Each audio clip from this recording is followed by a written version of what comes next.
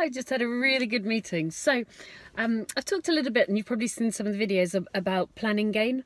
I'm currently looking at taking 16 of my houses and over time turning them into flats. So going up into the loft, going back out to the extension, maybe looking at a couple of granny flats as well, but it just depends on kind of bin and bike storage.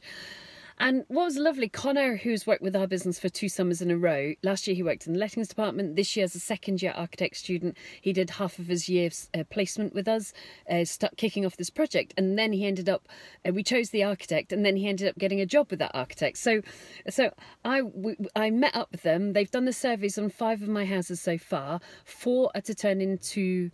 4 basically, well, what we looked at was 4 were going to turn into houses, from houses to flats, and 1 is to build another house, a detached house in the garden of one of my houses. And actually what we're going to end up doing is 3 are going to be permitted development, get the extra space, and then go ahead into the flats. The 4th won't give us the size, so I'm going to move it from a 2-bed house to a 5-bed house, and then the 5th one is still going to be building a house in the garden, if you see what I mean. So those are the first 5. We thought we'll do chunks of 5 at a time. And here now Connor's the one doing the drawings for them and doing the work on them, which was great. So we spent an hour and a half running through 5 designs.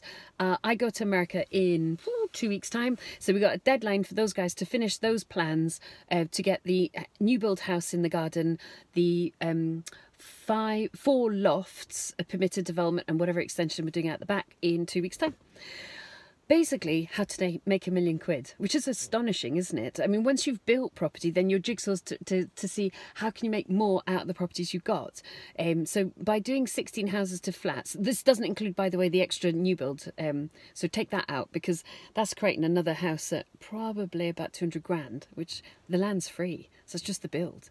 But take out the new build house, I got 16 houses to flats. It's going to cost me roughly £1 million to do, and it's going to add £2 million to the portfolio. So how to make £1 million, go up into the loft, out to the back, turn them into flats. They're going to be valued at £1 million more than all the cost is going to be. Very, very roughly, obviously.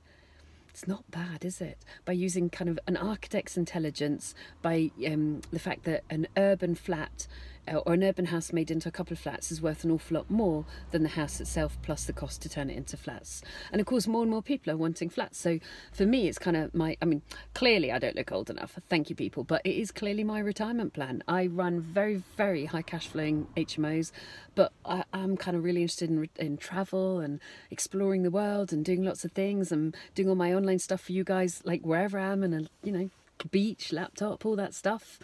And managing HMOs is different to managing flats. So if I can add £1 million additional value to my houses, paid for by the rent, so I don't increase my borrowing, and the revenue will be very, very similar, those flats to the HMOs, and the management of them will be much simpler. It's financial freedom. It's what we're all going for. Right. But it was nice to see Connor. It was really nice to see him doing really well. So well done him. See you soon.